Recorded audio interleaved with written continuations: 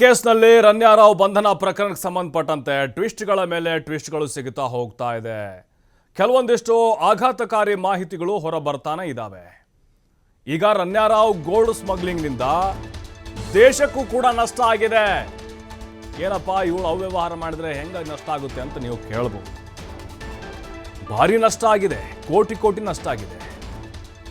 ಅಂದ್ರೆ ಈಕೆಯ ಈ ಸ್ಮಗ್ಲಿಂಗ್ನಿಂದಾಗಿ ಆಗಿರುವಂಥ ಒಂದು ಹಾನಿ. TV5 ಕನ್ನಡದಲ್ಲಿ ಮತ್ತೊಂದು ಎಕ್ಸ್ಕ್ಲೂಸಿವ್ ಸ್ಟೋರಿ ಇದು. ರನ್ಯಾ ಮೇಲೆ ಅತಿ ದೊಡ್ಡ ಅನುಮಾನವನ್ನ ವ್ಯಕ್ತಪಡಿಸಿದೆ DRI. 6 ತಿಂಗಳ ಕಾಲ ಭಾರತದಿಂದ ಹೊರಗಿದ್ದು ಈಕೆ ಚಿನ್ನ ಸಾಗಾಟ ಮಾಡಿದ್ದಾಳೆ. ಇದರಿಂದ ಭಾರತಕ್ಕೆ 38.5% ತೆರಿಗೆ ನಷ್ಟ ಆಗಿದೆ. ಟ್ಯಾಕ್ಸ್ 14 kg ಚಿನ್ನದ ಕಳ್ಳ ಸಾಗಣೆಯಿಂದ 4.83 ಕೋಟಿ ಸುಂಕ ನಷ್ಟ ಆಗಿದೆ. ಈ ಹಿಂದೆಯೂ ಭಾರತಕ್ಕೆ ಚಿನ್ನ ತಂದಿರುವ ಅನುಮಾನಗಳಿದಾವೆ ನೋಡಿ. ಈಗ ಆಕೆ ಗೋಲ್ಡ್ ತಂದಿರುವುದು 14 kg ಚಿನ್ನ. ಅವತ್ತಕ್ಕೆನ 3ನೇ ತಾರೀಕು ವಶಪಡಿಸ್ಕೊಂಡಾಗ ಆಕೆಯ ಒಳಗಡೆ ಇಟ್ಕೊಂಡು ಬಂದಿದ್ದು, ಬಟ್ಟೆ ಒಳಗಡೆ ಇಟ್ಕೊಂಡು ಬಂದಿದ್ದು ಚಿನ್ನದ ಬಿಸ್ಕೆಟ್ಗಳನ್ನು 14 kg, ಸುಮಾರು 17 ಕೋಟಿ ಮೌಲ್ಯದ್ದು. ಅದರ ಲೆಕ್ಕ ಹಾಕಿದಾಗ ಅದರಲ್ಲಿ ಟ್ಯಾಕ್ಸ್ ಎಷ್ಟು ಕಟ್ಟಾಗುತ್ತೆ ಅಂತ ಹೇಳಿದ್ರೆ 4.83 ಕೋಟಿ ರೂಪಾಯಿ. ಇದು ಬರೀ ಒಂದು ಸಲದ್ದಿದು. ಈಕೆ ಹಾಗೆ 10 ಬಾರಿ 100 ಬಾರಿ ಹೋದಂಥ ಉದಾಹರಣೆಗಳು ಸಿಗ್ತಾವೆ ಈಗ ತನಿಖೆ ವೇಳೆ. ಹಾಗಾಗಿನೇ ಈಕೆ ಕೇವಲ ಒಂದಿನ ಹೋಗಿ ಬರೋದು ಮಾಡ್ತಾ ಇರಲಿಲ್ಲ, 6 ತಿಂಗಳು ಅಲ್ಲೇ ಇರ್ತಾ ಇದ್ಲು. ಇವಳು ಸ್ಮಗ್ಲಿಂಗ್ಗೆ ಅನುಕೂಲ ಆಗಲಿ ಅಂತ ರೆಸಿಡೆನ್ಸಿ ವೀಸಾ ಕೂಡ ಮಾಡಿಸ್ಕೊಂಡಿದ್ಲು. ಮತ್ತಷ್ಟು ಮಾಹಿತಿ ಸಂತೋಷ್ ನೀಡ್ತಾರೆ. ಸಂತೋಷ, ಸಹಜವಾಗಿ ಒಂದು ಪ್ರಶ್ನೆ ಬರುತ್ತೆ, ಆಕೆ ಸ್ಮಗ್ಲಿಂಗ್ ಮಾಡೋದ್ರಿಂದ ಹೇಗೆ ಇದು ನಷ್ಟ ಉಂಟಾಗ್ಬೋದು ದೇಶದ ಒಂದು ಸಂಪತ್ತಿಗೆ ಅಂಥೇಳಿ. ಈಗ ಟ್ಯಾಕ್ಸ್ ವಿಚಾರದಲ್ಲಿ ನಾವು ನೋಡೋದಾದರೆ ಬರೀ ಒಂದು ಬಾರಿ ಲೆಕ್ಕನೇ 4ರಿಂದ 5 ಕೋಟಿ ಆಗುತ್ತೆ. ಹೀಗೆ ಸಾಕಷ್ಟು ಬಾರಿ ಆಕೆ ಓಡಾಟವನ್ನು ಮಾಡಿದ್ದಾಳೆ. ಓವರಾಲ್ ನೋಡೋದಾದರೆ ಎಷ್ಟು ನಷ್ಟ ಆಗಿರ್ಬೋದು ಅಂಥೇಳಿ.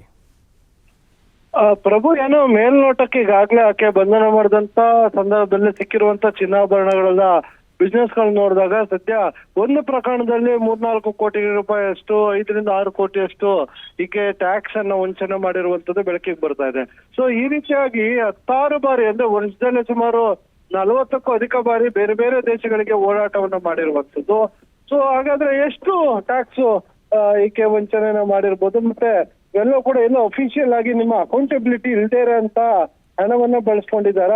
ಅಕೌಂಟಬಿಲಿಟಿನೇ ಇಲ್ಲ ಅಂತ ಹೇಳಿದಾಗ ನಿಮ್ಗೆಲ್ಲೂ ಕೂಡ ಟ್ಯಾಕ್ಸ್ ಡಿಡಕ್ಷನ್ ಆಗ್ಲಿ ಮತ್ತೊಂದಾಗ್ಲಿ ಸರ್ಕಾರಕ್ಕೆ ಕಟ್ಟಬೇಕಾದ ಸುಂಕ ಏನಿರುತ್ತೆ ತೆರಿಗೆ, ಅದನ್ನ ಎಲ್ಲೂ ಕೂಡ ಕಟ್ಟಿರೋದಿಲ್ಲ. ಈ ಮೂಲಕ ಇವರು ವಂಚನೆಯನ್ನ ಮಾಡ್ತಾ ಬರುವಂತದ್ದು.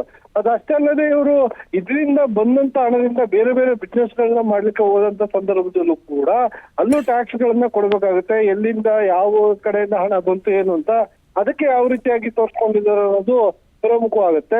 ಸೊ ಈ ರೀತಿಯಾಗಿ ಹೀಗೆ ಹಣ ಟ್ಯಾಕ್ಸ್ ಅನ್ನ ಕಟ್ತೇನೆ ಇವರು ಹೊರ ದೇಶಗಳಿಂದ ಹೋಗಿ ಬಿಸ್ನೆಸ್ ಅನ್ನ ಮಾಡ್ಕೊಂಡು ಅಲ್ಲಿಂದ ಅಕ್ರಮವಾಗಿ ಚಿನ್ನಾಭರಣಗಳ ಸಾಗಾಟನೆಯನ್ನ ಮಾಡಿದ ಸಂದರ್ಭದಲ್ಲಿ ಇದು ಭಾರತದ ಆರ್ಥಿಕತೆ ಮೇಲೆ ಒಂದಿಷ್ಟು ಹೊಡೆತವನ್ನ ಬೀಳುತ್ತೆ.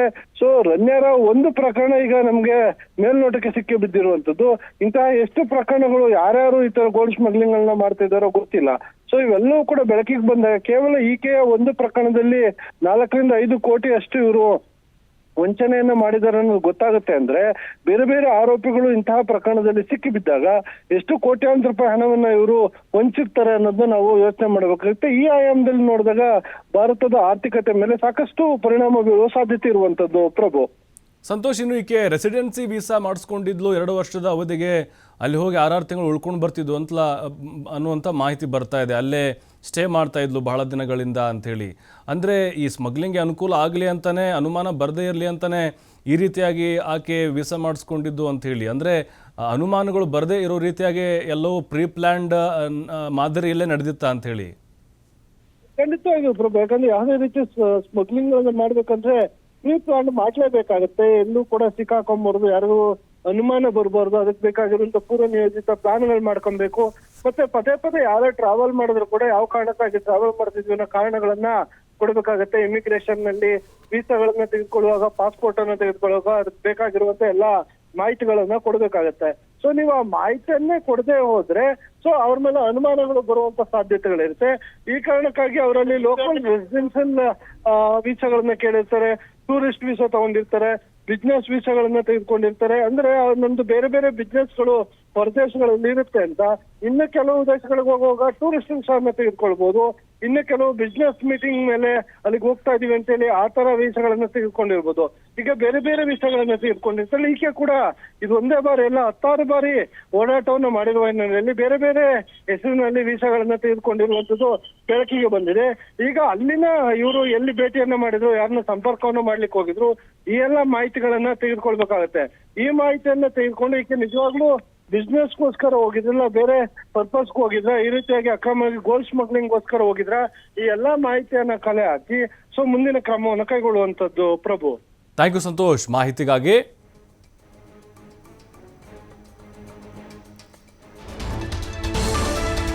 ರನ್ಯಾಳಿಂದ ಕೋಟ್ಯಾಂತರ ರೂಪಾಯಿ ಮೌಲ್ಯದ ಚಿನ್ನ ಕಳ್ಳ ಸಾಗಣೆ ಪ್ರಕರಣಕ್ಕೆ ಸಂಬಂಧಪಟ್ಟಂತೆ ನಟಿ ರನ್ಯಾ ರಾವ್ ಜಾಮೀನು ಅರ್ಜಿ ವಿಚಾರಣೆ ಇದೆ. ಆರ್ಥಿಕ ಅಪರಾಧಗಳ ವಿಶೇಷ ನ್ಯಾಯಾಲಯದಲ್ಲಿ ರಮ್ಯಾ ಬೇಲ್ ಅರ್ಜಿ ವಿಚಾರಣೆ ನಡೆಯುತ್ತೆ. ಆಕ್ಷೇಪಣೆಯನ್ನು ಸಲ್ಲಿಸಿದ್ದಾರೆ. ಇದಕ್ಕೆ ಕಂದಾಯ ಗುಪ್ತಚರ ನಿರ್ದೇಶನಾಲಯದ ಪರ ವಕೀಲರು ಅಂದರೆ DRI ಪರ ವಕೀಲರು ರನ್ಯಾ ರಾವ್ ಪರ ವಕೀಲ ಕಿರಣ್ ಜವಳಿ ವಾದವನ್ನು ಮಂಡಿಸಲಿದ್ದಾರೆ. ಸಾಕ್ಷಿಗಳ ವಿಚಾರದಲ್ಲಿ ಸಾಕಷ್ಟು ಲೋಪವಾಗಿದೆ, ಬಂಧನ ಮಾರ್ಗಸೂಚಿಗಳನ್ನು ಸರಿಯಾಗಿ ಇಲ್ಲಿ ಪಾಲಿಸಿಲ್ಲ, ಮಹಜರು ವೇಳೆ DRI ನಿಯಮಗಳನ್ನು ಗಾಳಿಗೆ ತೂರಿದ್ದಾರೆ. DRI ಅಧಿಕಾರಿಗಳು ನೀಡಿರುವಂತಹ ವರದಿ ಆಧರಿಸಿ ವಾದ ಮಂಡನೆ ಮಾಡ್ತಾರೆ ರನ್ಯಾ ರಾವ್ ಪರ ವಕೀಲರು. ಇನ್ನು ರನ್ಯಾ ರಾವ್ ಬ್ಯಾಗ್ನಲ್ಲಿ ಯಾವುದೇ ವಸ್ತುಗಳು ಪತ್ತೆಯಾಗಿಲ್ಲ. ಎಲ್ಲ ವಿಚಾರಗಳನ್ನು ತಮ್ಮ ವಾದದಲ್ಲಿ ಜವಳಿ ಏನಿದ್ದಾರೆ ರನ್ಯಾ ರಾವ್ ಪರ ವಕೀಲರು ಮಂಡಿಸಲಿದ್ದಾರೆ, ಕಿರಣ್ ಜವಳಿ. ಇನ್ನು ಇದಕ್ಕೆ DRI ಕೂಡ ಆಕ್ಷೇಪಣೆಯನ್ನು ಸಲ್ಲಿಸಿದೆ. ಈಗಾಗಲೇ 14 ದಿನಗಳ ಕಾಲ ನ್ಯಾಯಾಂಗ ಬಂಧನಕ್ಕೆ ಆಕೆಯನ್ನು ಒಪ್ಪಿಸಿದ್ದಾರೆ. ವಿಚಾರಣೆ ವೇಳೆ ಕೆಲವೊಂದಿಷ್ಟು ಮಾಹಿತಿಯನ್ನು ಆಕೆ ಕೊಟ್ಟಿದ್ದಾರೆ. ಅಂದರೆ ಅಪೂರ್ಣ ಆಕೆ ಮಾಹಿತಿಯನ್ನು ಕಂಪ್ಲೀಟಾಗಿ ಕೊಟ್ಟಿಲ್ಲ. ಆಕೆಯ ಸ್ನೇಹಿತ ಏನಿದ್ದಾನೆ ತರುಣ್ ರಾಜ್ ಅಂತೇಳಿ, ಆತನ ವಿಚಾರಣೆ ಇನ್ನೂ ನಡೀತಾ ಇದೆ. ಹಾಗಾಗಿ ಈಕೆಗೆ ಜಾಮೀನು ಮಂಜೂರು ಮಾಡೋದು ಬೇಡ. ಪ್ರಭಾವಿ ಇದ್ದಾರೆ, ಇವರಪ್ಪ IPS ಆಫೀಸರ್ ಇದ್ದಾರೆ, ಈಕೆಗೆ ರಾಜಕಾರಣಿಗಳ ಒಂದು ಸಪೋರ್ಟ್ ಇದೆ. ಈಕೆಯನ್ನು ಹೊರಗಡೆ ಬಿಟ್ಟರೆ ಸಾಕ್ಷಿ ನಾಶ ಮಾಡಬಹುದು, ಪ್ರಭಾವ ಬೀರಬಹುದು. ಎಲ್ಲ ಕಾರಣಗಳನ್ನ ಇಟ್ಕೊಂಡು DRI ಪರ ವಕೀಲರು ವಾದವನ್ನು ಮಾಡಲಿಕ್ಕೆ ತಯಾರಿಯನ್ನು ಮಾಡಿಕೊಂಡಿದ್ದಾರೆ. ಆರ್ಥಿಕ ಅಪರಾಧಗಳ ವಿಶೇಷ ನ್ಯಾಯಾಲಯದಲ್ಲಿ ಜಾಮೀನು ಅರ್ಜಿ ವಿಚಾರಣೆ ನಡೆಯುತ್ತೆ. ಅಂದರೆ ರನ್ಯಾ ರಾವ್ ಪರ ವಕೀಲರು ವಾದ ಅಂತ ಹೇಳಿದ್ರೆ ನಿಯಮಗಳನ್ನು DRI ಅಧಿಕಾರಿಗಳು ಕ್ರಮವಾಗಿ ಇಲ್ಲಿ ಪಾಲಿಸಿಲ್ಲ. ಏಕಾಏಕಿ ಅರೆಸ್ಟ್ ಮಾಡಿಬಿಟ್ಟಿದ್ದಾರೆ, ನೋಟಿಸ್ ಇಲ್ಲ, ಏನಿಲ್ಲ. ರನ್ಯಾ ರಾವ್ ಬ್ಯಾಗ್ನಲ್ಲಿ ಯಾವುದೇ ವಸ್ತುಗಳು ಪತ್ತೆಯಾಗಿಲ್ಲ. ಮಹಜರು ವೇಳೆ ಕೂಡ DRI ನಿಯಮಗಳನ್ನು ಪಾಲಿಸಿಲ್ಲ. ಬಂಧನ ಮಾಡಬೇಕಾದ್ರೂ ಕೂಡ ಗೈಡ್ಲೈನ್ಸ್ ಪ್ರಕಾರ ಮಾಡಬೇಕಿತ್ತಲ್ವಾ ಅನ್ನೋದು ಪ್ರಶ್ನೆ ಅವರು. ನಟಿ ರನ್ಯಾ ರಾವ್ ಜಾಮೀನು ಅರ್ಜಿ ವಿಚಾರಣೆ ನಡೀತಾ ಇದೆ.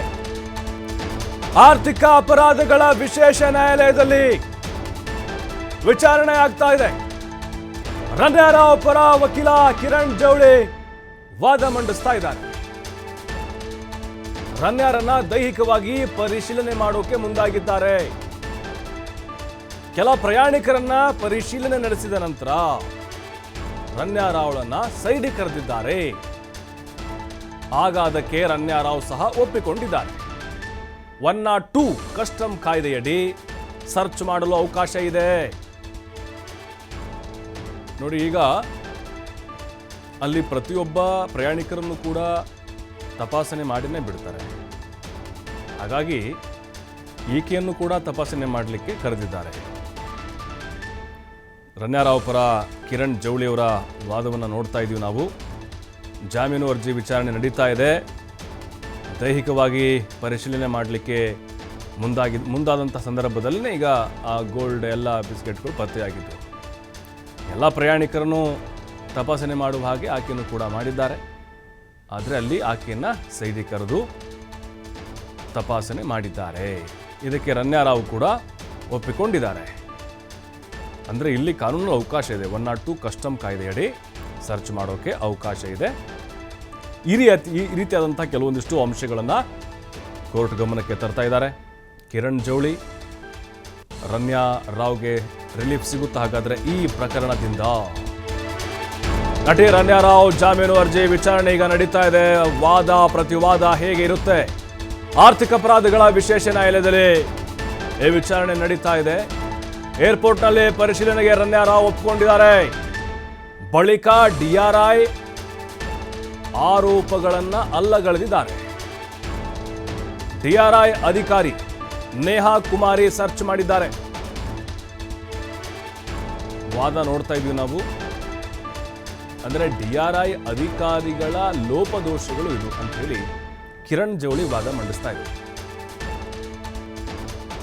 DRI ಆರೋಪಗಳನ್ನು ಅಲ್ಲಗಳೆದ ಅಂದ್ರೆ ಅಲ್ಲಿ ಏರ್ಪೋರ್ಟ್ನಲ್ಲಿ ಏನಾಯಿತು ಅಂತ ಹೇಳಿ. ಏರ್ಪೋರ್ಟ್ನಲ್ಲಿ ಸರ್ಚಿಂಗ್ ಮಾಡಲಿಕ್ಕೆ ರಮ್ಯಾ ರಾವ್ ಕೂಡ ಒಪ್ಪಿಕೊಂಡ್ರು. ಬಳಿಕ DRI ಆರೋಪಗಳನ್ನು ಅಲ್ಲಗಳೆದಿದ್ದಾರೆ. ಅಂದರೆ ಅಧಿಕಾರಿಗಳು ಏನು ಈಕೆ ರಮ್ಯಾ ರಾವ್ ಮೇಲೆ ಮಾಡಿದ್ದಾರೆ ಅದೆಲ್ಲವನ್ನು ಕೂಡ ಅವರು ಅಲ್ಲಗಳೆದಿದ್ದಾರೆ. ಇನ್ನು DRI ಅಧಿಕಾರಿ ನೇಹಾ ಕುಮಾರಿ ಸರ್ಚ್ ಮಾಡಿದ್ದಾರೆ. ಆ ಸಂದರ್ಭದಲ್ಲಿ ಈಗ ಇದೆಲ್ಲವೂ ಕೂಡ ಹೊರಬಂದಿತ್ತು. ರಮ್ಯಾ ರಾವ್ ಜಾಮೀನು ಅರ್ಜಿ ವಿಚಾರಣೆ ನಡೀತಾ ಇದೆ. ಆರ್ಥಿಕ ಅಪರಾಧಗಳ ವಿಶೇಷ ನ್ಯಾಯಾಲಯದಲ್ಲಿ ಕಿರಣ್ ಜೌಳಿ ರಮ್ಯಾ ರಾವ್ ಪರವಾಗಿ ಬಲವಾದ ವಾದವನ್ನು ಮಂಡಿಸ್ತಾ ಇದ್ದಾರೆ. DRI ಕೂಡ ಇದಕ್ಕೆ ಆಕ್ಷೇಪಣೆಯನ್ನು ಸಲ್ಲಿಸಿದೆ. ಆ ಕಡೆಯಿಂದಲೂ ಕೂಡ ಇದಕ್ಕೆ ಕೌಂಟರ್ ಕೊಡುವಂಥ ವಾದ ಬರುತ್ತಾ ನೋಡಬೇಕು. ಯಾಕಂತ ಹೇಳಿದ್ರೆ ಈಗ ಆಕೆ ವಿಚಾರಣೆಗೆ ತನಿಖೆಗೆ ಸಹಕಾರವನ್ನು ಕೊಟ್ಟಿಲ್ಲ. 3 ದಿನ ಕಸ್ಟಡಿಗೆ ತೆಗೆದುಕೊಂಡಂತಹ ಸಂದರ್ಭದಲ್ಲಿ ಅದನ್ನೇ ಇಲ್ಲಿ ಹೈಲೈಟ್ ಮಾಡ್ಬೋದು DRI ಪರ ವಕೀಲರು. ಬಟ್ ಈಗ ಕಿರಣ್ ಜೌಳಿ ವಾದದ ಪ್ರಮುಖ ಅಂಶ ಅಂತ ಹೇಳಿದ್ರೆ DRI ಅಧಿಕಾರಿಗಳು ಗೈಡ್ಲೈನ್ಸ್ ಪ್ರಕಾರ ಆಕೆಯನ್ನು ಅರೆಸ್ಟ್ ಮಾಡಿಲ್ಲ. ಅಲ್ಲಿ ಸರ್ಚ್ ಮಾಡುವಂತಹ ಸಂದರ್ಭದಲ್ಲೂ ಕೂಡ ನಿಯಮಗಳನ್ನು ಪಾಲಿಸಿಲ್ಲ. ಇವೆಲ್ಲವನ್ನು ಕೂಡ ತಮ್ಮ ವಾದದಲ್ಲಿ ಮಂಡಿಸ್ತಾ ಇದ್ದಾರೆ. ಸಾಕ್ಷಿಗಳ ವಿಚಾರದಲ್ಲೂ ಕೂಡ ಇಲ್ಲಿ ಸಾಕಷ್ಟು ಲೋಪವಾಗಿದೆ ಅನ್ನೋದನ್ನು ನ್ಯಾಯಾಲಯದ ಗಮನಕ್ಕೆ ತರ್ತಾ ಇದ್ದಾರೆ. ಇವೆಲ್ಲವೂ ಕೂಡ ರಮ್ಯಾ ರಾವ್ ರಿಲೀಫ್ಗೆ ಕಾರಣ ಆಗ್ಬೋದಾ ಅಥವಾ ಜೈಲೇ ಗತಿ ಆಗ್ಬೋದಾ? ನಮ್ಗನ್ನಿಸ್ತಾ ಇದೆ ರಮ್ಯಾ ರಾವ್ಗೆ ಸದ್ಯಕ್ಕಂತರೂ ಈ ಕೇಸ್ನಿಂದ ಮುಕ್ತಿ ಸಿಗೋ ಸಾಧ್ಯತೆಗಳು ಕಡಿಮೆ ಇದೆ ಅಂತ.